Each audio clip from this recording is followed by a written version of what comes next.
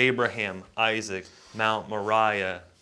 Here we go. Missing sacrifice, call of God, testing.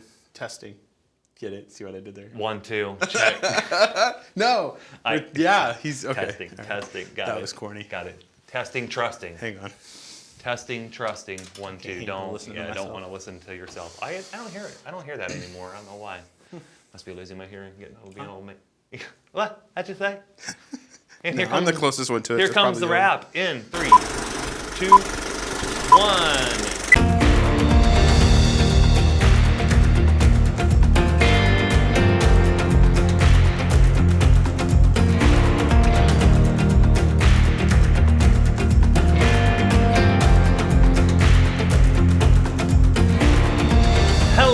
Everybody for another. Sorry, I had to like pause there because last time Levi got on me because I do the countdown every time, like a 3, 2, 1, click go, and I did 3, 2, 1 and went right into the episode. Yeah, I was like, oh, and he had no space there to try to edit, things and to split things there. I had to do like a really awkward like pause there at the very beginning. You won't know that, but we just love to always give you a little behind the scenes look at what the craziness that ensues here. It is crazy. It really is. Episode 40? Yes. It feels like a milestone, it is, like a 4-0. Oh my gosh, that's scary. Because this year, I turn 40. Oh. I'm going from 39 to 40. We just went from 39 to 40, and it's like, but guess what? 40, it's the new 30. That's right. That's right. Feeling young, feeling vibrant. The rap still feels fresh. It feels new fresh. And great. So we're going to new thing every week. New thing. Yeah, it's a new thing. And with us, it's you never know what you're getting every week. I just tell people I think I get new stuff because I can't remember the other stuff. There you go. This is probably why we only have like 2 viewers, but because they're like we had 5 last. I know we do. We usually have a good handful plus, and then a lot of people watching it afterwards, and so I feel like the rap is definitely out there on the old airwaves. Yeah, but you can do us a favor by sharing this video. As always, we tell you all the time. Share. If you're watching this live and in the moment, and even if you're not and you're watching this like 2 years later, there's always a share button. Yeah, there's. I don't know if 2 years. I don't know if 2 years from now Facebook will be a thing or not. If we're in the year 2042 and there's no share button, we apologize. There's got to be some way to share this though. I don't know what's going to happen. So, anyways, maybe it just shares it if you like it.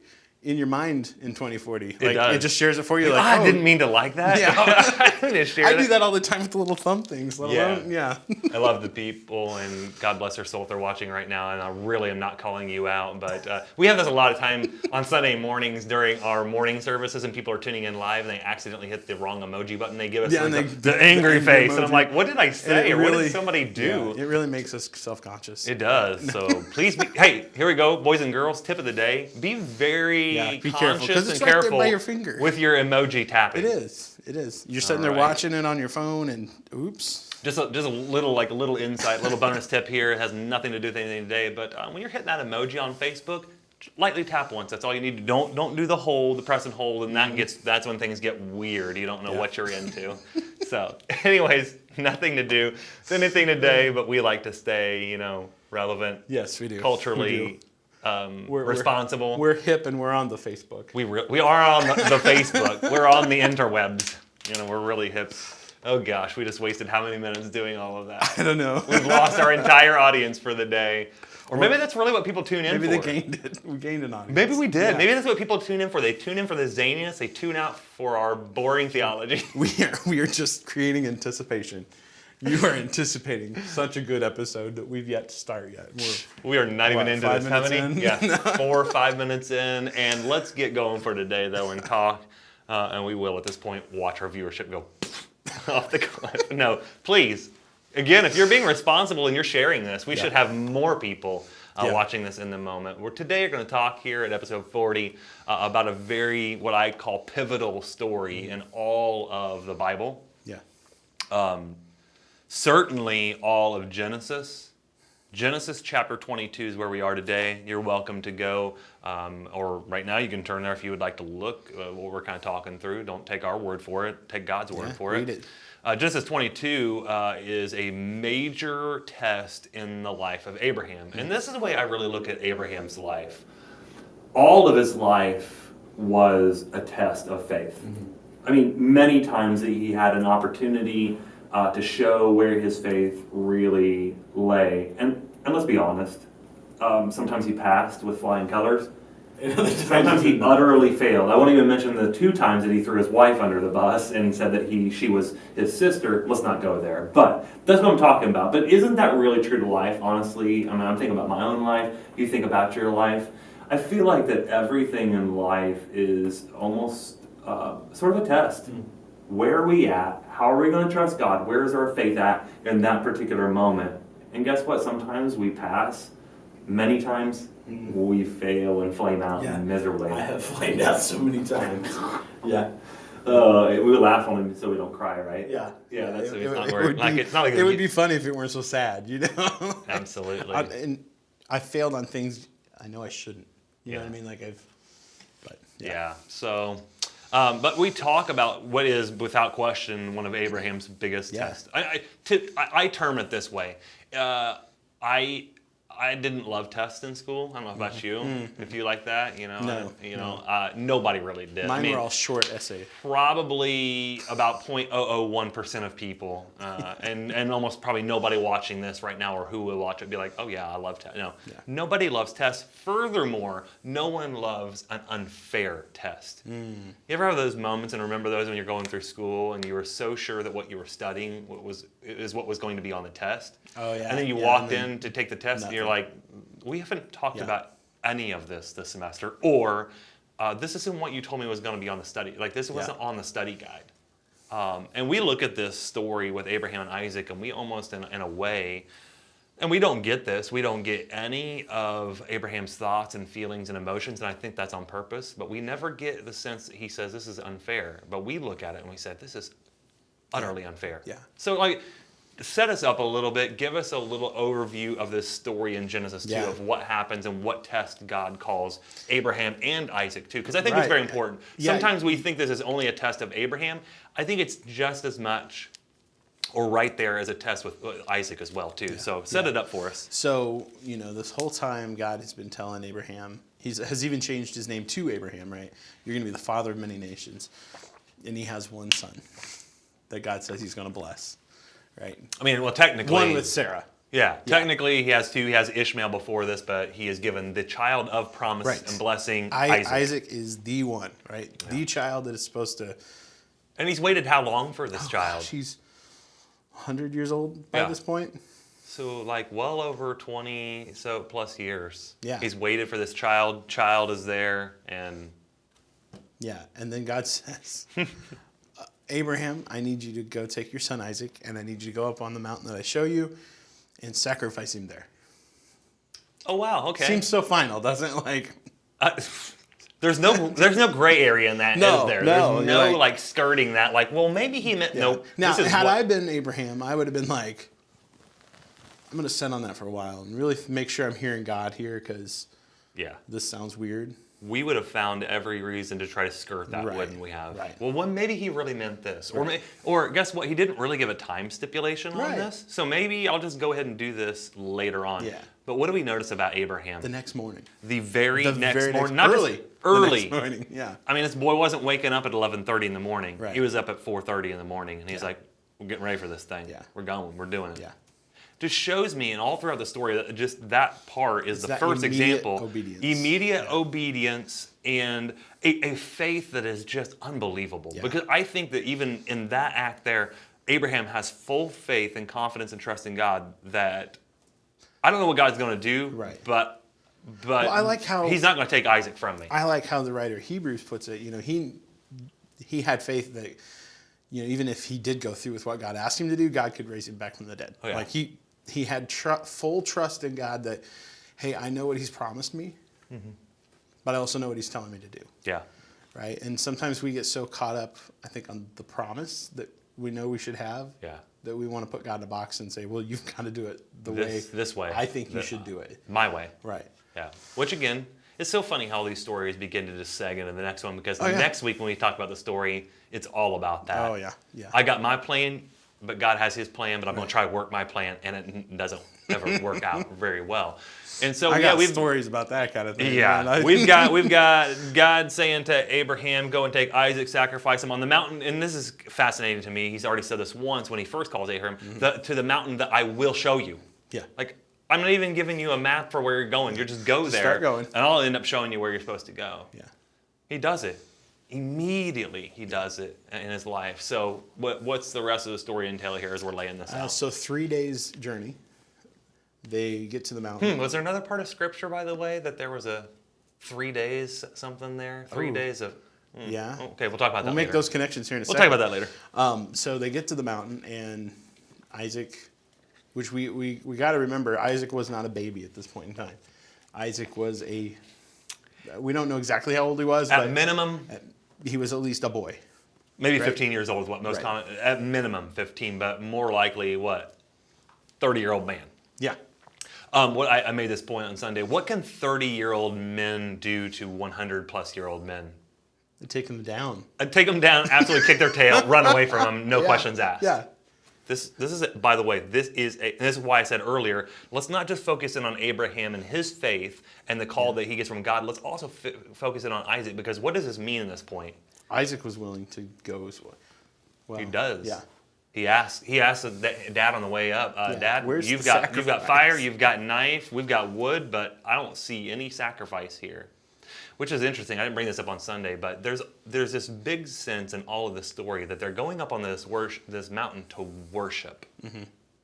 And you're thinking to yourself, bro, this is a really weird way to worship. Yeah. Isaac is a willing, voluntary. Do you know any? Well, and even goes through with it as far as being tied up and yeah, placed bound on the altar. On that altar, Like, yeah. he's probably done this with his dad multiple times. He knows what's next. Do we know anybody right? else in Scripture who willingly and voluntarily went I to think their we do. sacrifice? Oh, There's a very important- connections. yeah. We'll make those connections later. So yeah, goes up there willingly, voluntarily, Yeah. allows himself to be bound. He's fully willing to give up his life. Right. And then what happens? And then an angel says, "Whoa, Yeah. Whoa there. stop there! Whoa there. Don't lay a hand on the. That's our loose translation. Don't lay a hand on the boy." Yeah. Right. Yes. Now I know that you are willing to give up even your only son. And it's at this point that Abraham understands in a way that we didn't understand, but he never understood this was a test. Right. He was going through with He was this, going through yeah. with it, but at this point he understands, God has been testing me. And in the greatest test of his life, he has gotten the biggest A+ he could ever get. Yeah. And like I said, it wasn't even really a matter of A, C, F. It was pass fail. Right. If you do not show me that you love me and trust me, you have failed in your faith. Yeah. Oh, how different things would have been in that moment. But he does. He has faith. Says, do not harm that boy because I can tell now that you love me. And again, the whole story is played off of this. I think what is really happening at some level here in the story is Isaac had become too precious to Abraham. He had waited so long. Abraham and Sarah put all of their stock and their life and their emotions and everything into this one promised son. And I think what God was trying to say is, ooh, not so fast. Yeah. Don't forget the giver Right. in remembering the gift that I've given to you. That's good. That you have to hold things loosely. Yeah. And I think there, at some level, there's that going on in the story. And God finally says, okay, now you've shown yourself. You've shown your hand. I know that you love me and would give anything to me and sacrifice anything for me. I mean, I think a lot of people look at this story and they're like, this is the most horrible story. And this is the most horrible if you picture. don't actually see what's going on there, it looks Like this is sadistic isn't and this just- the most horrible characterization of God? That Yeah. he is so like bloodthirsty that he would allow Abraham to sacrifice his son. I think what's really happening here, and again, you guys are getting the deep dive here because I didn't bring this up on Sunday. I didn't have time for it. You have to understand what is the culture around Israel at this time, or especially Abraham. What are all the cultures? What are they? Not that they engage in it on a large level, but at least some level they were engaging in what? Child sacrifice. Yeah. That's the way that they That was appease huge. the gods. Right. And I think what's happening here is God is saying, I'm not those gods. I am the God. And guess what? And God is always doing this through the story. He's done it at almost every point in the early part of the biblical story is, I'm planting my man in this territory. Yeah. and he's going to show this is a different way. Right. We're going to do things a different way. And so I think that's what's going on at some level of this story as well, too. He stops Abraham from sacrificing Isaac, and he's saying, I do not desire child sacrifice. I'm not even necessarily after sacrifice for sacrifice's sake. Right. I'm after your obedience, and your trust, and your love, your allegiance, and your faith. Yeah. And what's so very interesting, go back and Isaac says, Dad, where's the sacrifice? And what does Abraham say? God will provide. God will provide, and in just the right moment, at just the right time, he finds a ram caught in the thicket over there, and he sacrifices that as his form of worship back to God in his obedience. And I've said it this way, and I always love this line. It's not original to me. I don't know, honestly, where I found it and who to attribute it to, but I've heard it this way, that God is seldom on time, but he's never late. Yeah, I've heard that one before, too. I It's can't tell you who it said. Yeah, it it's just so good, right? Don't know who it came from, but it's so good. If that was your line, awesome job. Yes. If you wanna shut us down because we've stolen your line, we're really not trying to. We'd love to give credit to you, and maybe somebody can do like some internet scouring and figure out and attribute that to somebody, and we can put that in the show notes somewhere down the line, or bring it up later. But anyways, it's fascinating to me that we so often think, well, God's not showing up. He's not doing his part. He's not doing things in the way that I want it to be done in my timing. Our expectations of what God's going to do. Yeah. Rarely does he fulfill those expectations. Exactly. I was going to say, I often find this in life. Our expectations, and this may sound bad when it first comes out, but I'll explain a little bit. Our expectations are seldom ever met in God's plan. I actually think they're like way exceeded. Yeah. Like here, we're thinking at this level right here, God's like, I'm up here looking down on that and kind of laughing. Because like, that's your expectation? I got something much better for you. And that's what we've kind of been pushing on and alluding to this whole time, is we see in this, really, God? Sacrificing his only son that he waited this long for, the one that he loves, the one that he's put everything into, you're sacrificing that, and God says, whoa, you're missing the big picture of what I got going on here.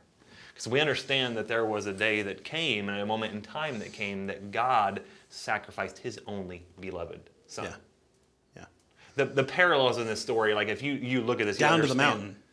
Do what? Down to the mountain. Yeah, you understand this in this story, that the parallels to this are intentional. Right. It is a type. It is an Old Testament type of a New Testament truth. This of what is happening here in Genesis 22 is meant to point us to Jesus on the cross, which, interestingly enough, I brought this up on Sunday.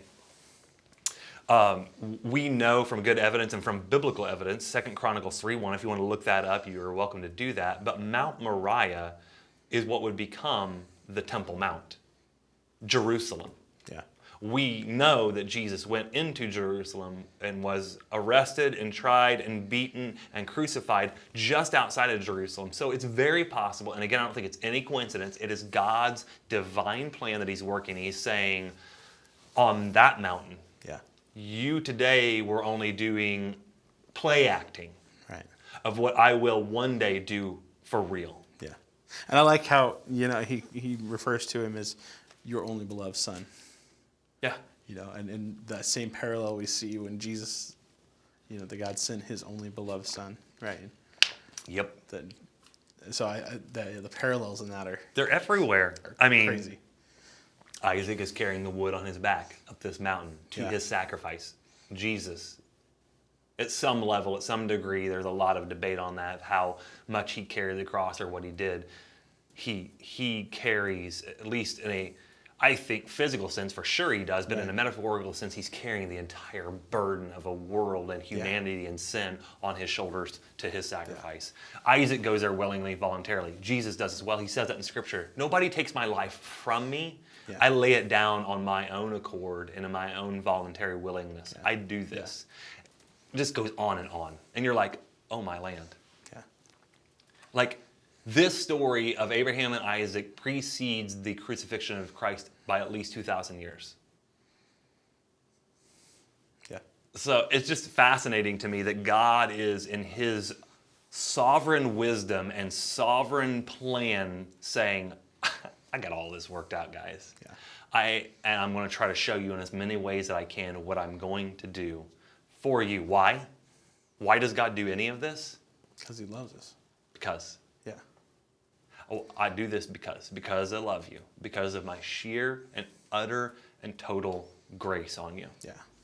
And guys, that's the message. And like some people by now are like, I'm totally getting tired of hearing about the Jesus connection. Please don't. Don't, because we're going to be talking about We're going to be talking about it all next year 40 long. weeks. All year long. And guys, Yeah. like we have said that from the very beginning, every piece and part of Scripture is meant Right. to point us to Jesus. Yeah. And if we miss that, we miss all of the Bible. Yeah. We miss We're most totally missing important. the point. We miss the point, we miss the gospel. And so we have to understand in every possible way how this is trying to point us to God's greater truths, his grander plan and everything. Yeah. And guys, that's the hope that we have, is that Isaac was spared and Abraham did not have to give up his son, but God did not have that luxury. God the Father did not have that luxury. He gave up his son. Jesus himself willingly went there. He carried the burden, laid himself down on the altar, and was sacrificed. And there was no staying of the hand. That knife came down on Jesus. And what's so painful to me that we don't often focus in on the cross of Jesus is when Jesus cries out on the cross, my God, why have you forsaken or why have you abandoned me? And there's a belief among people, and people who are far smarter than I am, that at that moment, what song is it? Is it How Great the Father's Love for Us? And it says, the Father turns his face away. There's a belief among very smart people that at that very moment when Jesus says that is because he, for the very first time in all of eternity, not just his life on earth, but all of eternity, had become separated from his Father. Abandoned. God turned his back on him because he couldn't look at the sin that was on Jesus. He took the punishment. He took all of that punishment. And we look at that and we're like, oh my, it's the most depressing story. Oh wait, it's not over yet. Yeah.